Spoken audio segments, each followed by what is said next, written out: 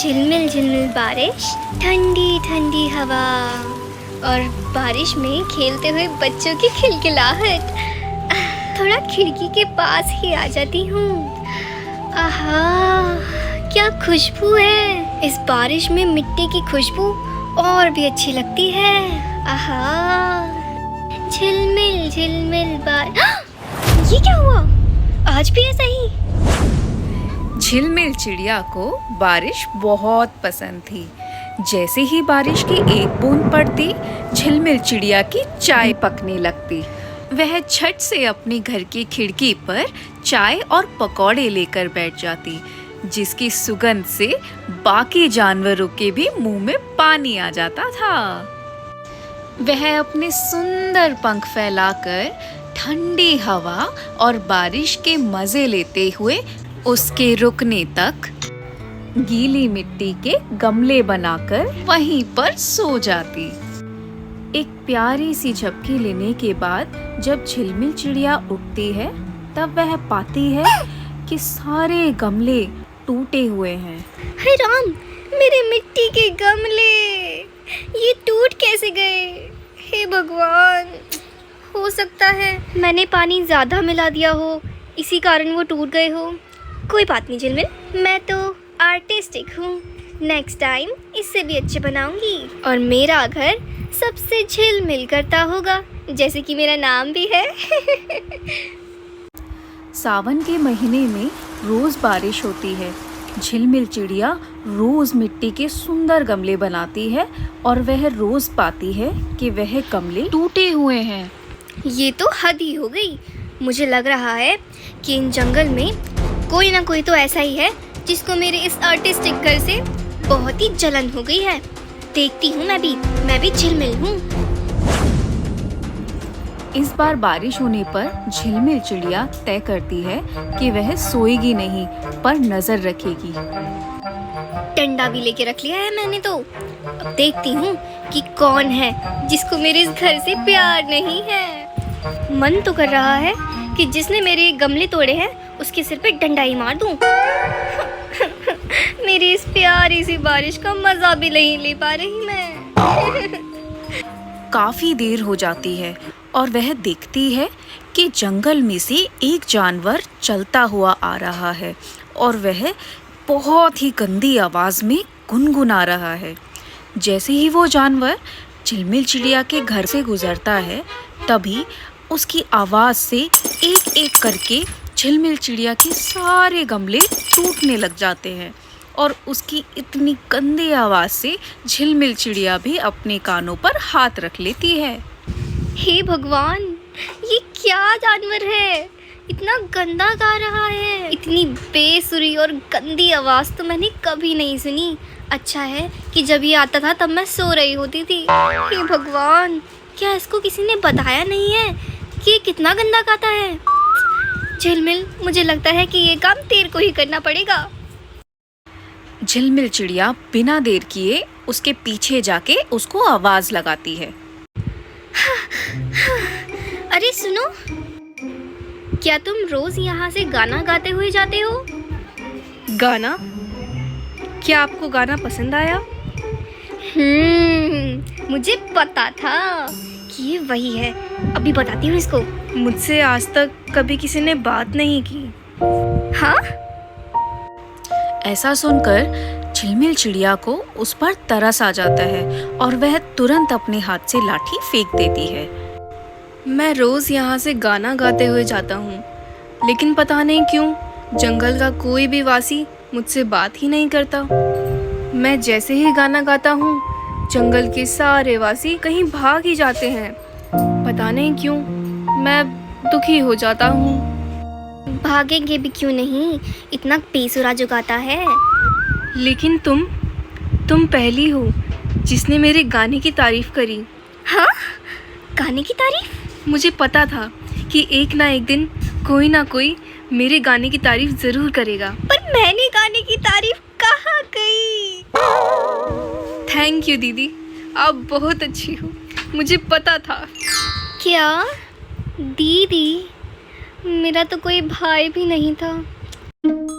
झिलमिल, ये तो पर्सनल हो गया है। अब इसको तुझे अपने तरीके से ही समझाना पड़ेगा। झिलमिल बहुत इमोशनल हो जाती है और वह तय करती है कि वह उसको चाय पर बुलाएगी और प्यार से समझाएगी। वैसे तुम्हारा नाम क्या है? मैं तो पूछना ही भूल गई। दीदी, मेरा नाम चिकलू है। झिलमिल चिड़िया चिकलू से बहुत देर तक बातें करती है। दोनों खूब ठहाके लगाकर हंसते हैं और कुछ देर बाद बारिश फिर से शुरू हो जाती है। बारिश के साथ साथ झिलमिल चिड़िया का पकौड़े खाने का फिर से मन कर जाता है। अरे अरे अरे रे, बारिश आते ही मेरे पेट के चूहे दौड़ने लग जाते हैं। चिकलू, क्या तुम भी खाओगे मेरे गर्मा गर्म स्वादिष्ट पकोड़े? तुम भी खा लो। तुम भी क्या याद रखोगे कि ये झिलमिल दीदी के पकोड़े हैं। झिलमिल झट से जाती है और पकौड़े बनाने की तैयारी करती है। वाह, क्या खुशबू है। लगता है आज के पकोड़े तो और भी अच्छे बने हैं। ये ले चिकलू। दीदी, पकोड़े तो अच्छे ही होंगे, खुशबू तो अच्छी ही आ रही है, लेकिन आप चटनी भूल गई। कोई नहीं, मैं एक स्पेशल रेसिपी जानता हूँ, मैं आपके लिए वो बनाता हूँ। चिकलू तुरंत ही पकौड़ों के साथ एक बढ़िया सी चटनी बनाकर झिलमिल चिड़िया के पास ले आता है और जैसे ही झिलमिल चिड़िया उसे खाती है तभी आहा, कितनी खट्टी चटनी बनाई है। ये तो मेरे पकोड़ों के साथ तो चार चांद लगा देगी। आहा, क्या रेसिपी है। खट्टी मीठी चटनी। मैं खुश हूँ दीदी कि आपको पसंद आई। ये तो कुछ भी नहीं है, मुझे तो बहुत सारी चटनी आती है, अलग अलग टेस्ट की। अब रात हो रही है, मेरा जाने का वक्त हो गया है। चिकलू झिलमिल चिड़िया से विदा लेता है और अपने घर की ओर निकल पड़ता है। अगले दिन दरवाजे पर ठक ठक होती है। अरे झिलमिल चिड़िया, कहाँ है तू आजकल? कल तो दिखी भी नहीं। इतनी तेज बारिश पड़ रही थी, फिर भी तेरा एक पैर घर के बाहर नहीं निकला। अरे बुआ, आपको क्या ही बताऊं। खैर छोड़ो, ये लो, ये है गर्मा गर्म पकोड़े, अभी अभी गर्म किए हैं। अरे झिलमिल, अब क्या तूने बिना बारिश के भी पकोड़े बनाने तैयार कर दिए? अरे बुआ, आप खाकर तो देखो। और ये रही स्पेशल चटनी।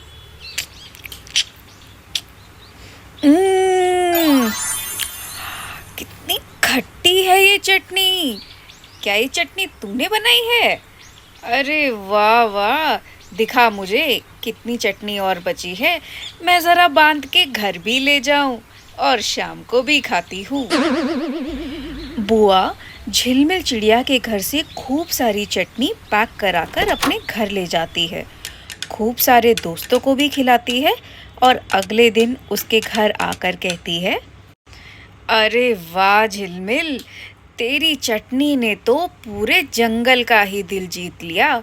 क्या तुझे मालूम नहीं है, इस जंगल के चप्पे चप्पे का अच्छा खाना मैंने खाया हुआ है, पर फिर भी ऐसी चटनी मैंने कहीं नहीं देखी। तू मेरी बात मान और इसकी एक दुकान लगा दे, फिर देख कैसे धड़ल्ले से तेरी दुकान चलती है। चल, अब मैं तो चली, दोबारा चटनी बनाए तो मुझे ज़रूर बुलाइयो। बुआ से मिली इतनी तारीफ सुनकर झिलमिल सोच में पड़ जाती है। काफ़ी सोच विचार के बाद झिलमिल चिड़िया चिकलू को फ़ोन लगाती है और कहती है, हेलो चिकलू, मुझे भूला तो नहीं? अरे नहीं दीदी, आपको तो मैं नहीं भूल सकता कभी भी। आप तो मेरी पहली दोस्त हो और मेरी बड़ी बहन भी। तू भी ना। हाँ, अच्छा सुन, मुझे ना तुझसे बहुत सारी चटनी चाहिए। तू मेरी बात सुन, मुझे 1 किलो नहीं 2 किलो चटनी चाहिए, और वो भी अलग अलग टेस्ट की। चिकलू तुरंत ही 2 तरीके की चटनी बनाकर झिलमिल चिड़िया के घर ले आता है। चिकलू यह देखकर बहुत हैरान हो जाता है कि झिलमिल चिड़िया ने अपने घर के बाहर पकौड़ों की दुकान लगाई हुई है। झिलमिल चिड़िया जैसे ही चटनी टेस्ट करती है वह उसकी दीवानी ही हो जाती है और तुरंत ही न आओ देखती है न ताओ और उस चटनी को बेचने की तैयारी में लग जाती है। धीरे धीरे आसपास के जंगल के जानवर भी झिलमिल चिड़िया के पकौड़े स्टॉल पर आकर बहुत सारे पकौड़े खरीदकर उसका मज़ा उठाते हैं। शाम हो जाने पर झिलमिल चिड़िया पाती है कि उसके पास ढेर सारे पैसे हो गए हैं और तभी वह चिकलू के पास जाकर बोलती है, चिकलू, मुझे तुझे एक खुशखबरी देनी है। अरे दीदी आप यहाँ से चली जाओ दीदी, मुझे किसी से बात नहीं करनी, सब चले जाओ। चिकलू, तुम ऐसे रो क्यों रहे हो? क्या हो गया है? मुझे बताओ, मैं तो तुम्हारी बड़ी बहन हूँ ना।